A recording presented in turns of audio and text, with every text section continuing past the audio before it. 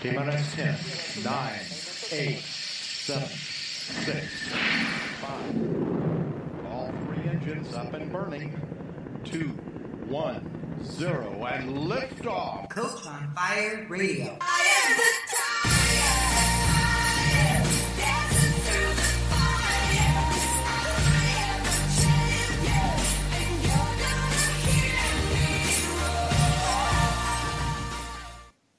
Hi, and a very warm welcome to my radio show, Let's Talk Relationships and Life. And it really is wonderful to have you with us today. And I'm so excited to introduce my guest in a moment. But first, I just wanted to take a minute to talk to you about what you can expect to learn and how you're going to feel so inspired by the shows which are aired every other Saturday. And my name is Louise Armstrong. And I have a huge passion and drive in life about relationships. And this really stems from my own personal transformation. And now I'm hugely motivated to share my message across the world, as I really do believe that we all crave that human connection. And you know, it's a funny world we live in, where we seemingly have so many ways of connecting with each other, yet so many of us feel disconnected. And this is one of the reasons I am driven to bringing people together to really start deepening those loving connections again, so we can feel a sense of belonging. I believe we all crave to be emotionally loved, and that might be on a romantic level, a personal level, or through friendships. And if we're unable to make that connection, it's really because we are emotionally wounded ourselves. So self-love is the very first step in healing, before we can even look at those emotional love connections. And I know so many of us struggle with relationships, and perhaps you're going through a breakup right now. Maybe you're recently divorced, or your partner's had an affair. Perhaps you're struggling with your mother or your father or your children, or maybe a work colleague has really let you down. Or you want to take your relationship to an even deeper level. Well, this is where we come in, to really help you heal your wounds, love yourself, and make those emotional connections once again. I have a wonderful relationship business helping individuals and couples all over the world.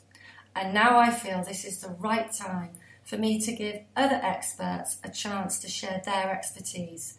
And this is where the show is going to be of great value, as I introduce amazing coaches, therapists, motivators, and public speakers.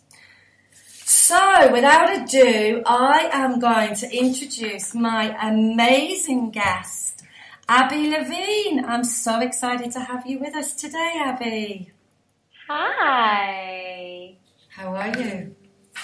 Oh, I am so great. Thank you so much for having me on today. I'm so excited. Wonderful, and it's a huge pleasure and a wonderful honour to have you with us today.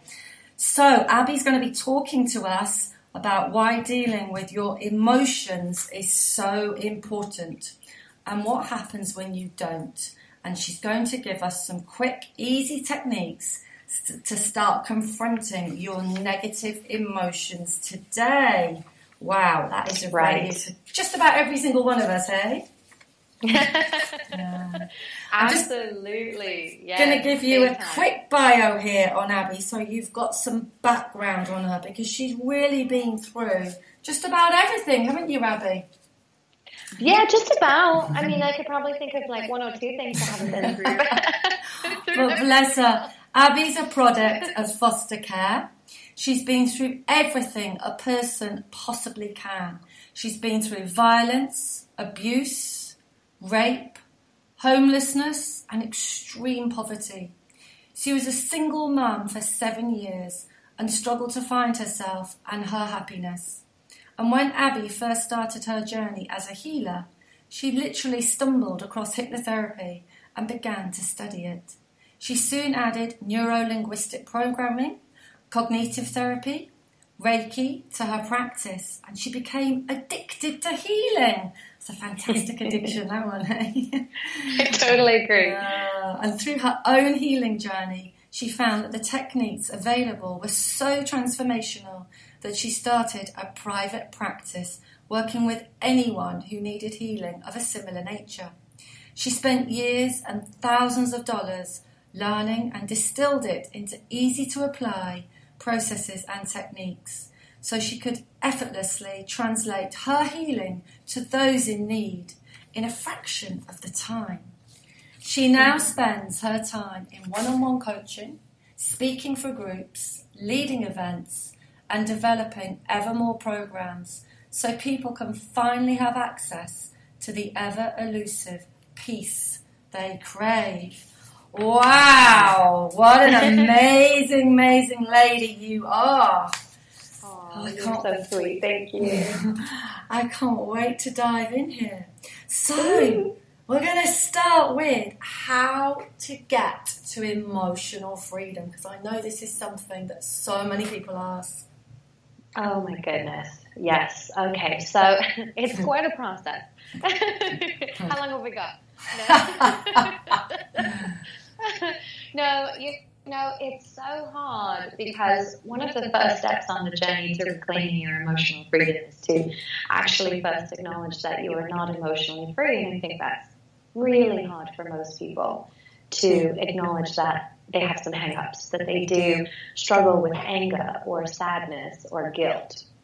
And so that's the very first step, is to acknowledge, you know, when you're overreacting, when someone spills milk on your carpet and you explode like Mount Vesuvius and your skin turns green and you go Hulk smash, that's the time that you have to acknowledge that perhaps you have an issue with anger and that maybe the anger is not coming from the actual event that's taking place, right? Unless you are so obsessed with your carpet that really someone spilling something on it could make you that irate, but generally that's not going to be the case, right?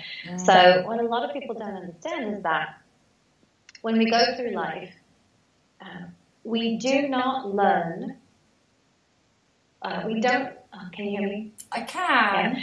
Oh, perfect. We don't learn how to deal with negative emotions. Nobody teaches us what to do with our negative emotions. Instead of teaching us how to process them, they say things like, calm down when we get angry, or be quiet, or don't be mad, or when we're sad, you know, cheer up, you know, or even worse, I'll give you something to cry about. You know, so instead of being consoled and taught how to effectively manage our emotions, and not only how to effectively manage our emotions, but that it's okay to even have emotions that aren't, you know, sunshine and rainbows all the time, we immediately become separated from our negative emotions, and we start to kind of pile them away. Now, emotions are energy in motion. And energy can only go one of two ways. It can go out and be expressed, or it'll go in and be trapped. Those are the only two possibilities. And what happens with energy is that it actually gets trapped in our physical cells. The negative emotion actually gets trapped in our bodies. And so as we go through life, every time something triggers us and makes us angry, instead of knowing how to healthily express that anger, we put it into our little backpack that's labeled anger. We go, no, you go in there. I'm not supposed to be angry. I'm not supposed to express anger. If I express anger, it means I'm a bad person because I'm not supposed to be angry. I'm supposed to calm down, right? I'm supposed to be reasonable. I'm supposed to use logic. It gets harder and harder as we get older because we hear all kinds of different things about, you know, be grateful for all the good things in your life. Don't be angry. You know, and obviously we want to be grateful for all the good things. We don't want to take anything for granted. But it totally detracts away from the fact that negative emotions are just part of being human. You know, we all have a limbic center in our brains. Because we have a limbic center, we're all going to have the different various levels of emotion, especially the negative ones. But now we're ashamed. Now anytime we feel something negative, we're ashamed. We must be broken. We're not being good enough people, right? It's become toxic shame where it reflects back on us. And we take it so personally when we have a negative emotion. So we go through life and we collect all of our negative emotions until the day where someone spills something on your carpet and you erupt like Mount Vesuvius or you turn into the Hulk. It didn't just happen overnight. It happens over a long, long period of time, over your whole life. You know, and when you don't deal with your negative emotion, it manifests in these ways. I mean, having a short temper is only one of the ways that you can express that the repression of negative emotion comes out. Other ways are through disease, through chronic pain. When your body is tight and holding on to all of that negative emotion, it physically blocks oxygen from being able to get to the muscles, and then all kinds of terrible, biological things happen in your body. Oxygen brings all the parts of your body everything that it needs. So if your muscles are constricting and oxygen can't get to that part of your body, then, terrible things are going to happen. So, I'm on a mission to teach people just simply how to accept and acknowledge negative emotions and release them, because through the release of them, they can come finally to that happiest version of themselves that they have in their head, at best, most expansive version. Beautiful. And that's what we call the emotional freedom then, is being able to handle these negative emotions. And I know I'm going to ask you a little bit later on, because I find this so helpful for anybody listening, is I want to know how to do that right now, because exactly. I've got that stuff. I so resonate with Abi. My God, we've... and I think that one of the worst things is told to calm down, I say that to my husband, he says, chill, hello, it's the last thing I can do. I'm angry right now, I'm going to go ahead and be angry. Absolutely. If I could chill, don't you think I would? Oh. So, that is one of the worst things we can, say to someone, isn't it? Is just calm down. It is, and it's so funny because you're a professional of the mind, you know exactly where I'm coming from, but it's so interesting for me to meet other therapists or other coaches who, when their clients are expressing a negative emotion, will reach over and hand them a tissue, or will try to, reframe the negative emotion so that they don't have to feel it anymore. Even on that level, you're not allowing the person to feel okay, to be sad. There was this great video that was, going around Facebook, which was the difference between reaching out, and there was a woman crying on the streets of New York, and one of the videos was someone approaching her and giving her a hug. Seeing her crying, feeling compassionate, approaching her, giving her a hug, and within seconds the woman stopped crying.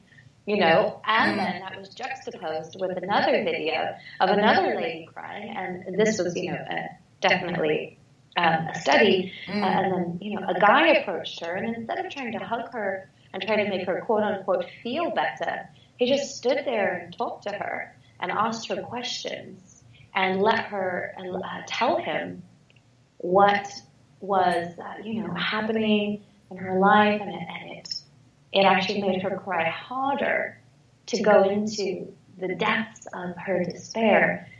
But when she was done, you could see that she felt so much catharsis. All of that, whatever she'd been repressing, whatever she was dealing with, had an opportunity to pass through. And so I feel like we're doing such a disservice to people to try to remove their negative emotions. And make them feel better, rather than just saying, you know what, you're human. Be sad right now. I'm not going to try to make you feel better, but I am going to be right here for you in case you do need to talk to someone, in case you do want to hug. I'll be right here, but until you're ready for that, go ahead and just release your emotions. Go for it, man. Yeah, I'm so with you. I mean, that's to me, that's what healing. We're on the same line here, Abby. That's what healing is. Totally. It's like an anxiety, like a panic attack, isn't it? That is that suppressed emotion trying to get out, and everyone, gets into deep breathing and push it all back down again, and they wonder why this is happening tomorrow. Wow, right. Yeah, right. So. And here in America, it's well, let me have a glass of wine to calm my anxiety. Let me numb it all out. Exactly. Let me work harder on my business to avoid the anxiety. There's a lot of avoidance of emotion rather than acknowledging and releasing of it. So that's why I kind of launched on my personal mission, because it's so easy to deal with. Negative emotions are so super easy to deal with, and all we need are the tools in order to deal with them, and then the world becomes a better place, a much more peaceful place as well. I so agree. So you got to stay tuning in, because the tool's going to come up.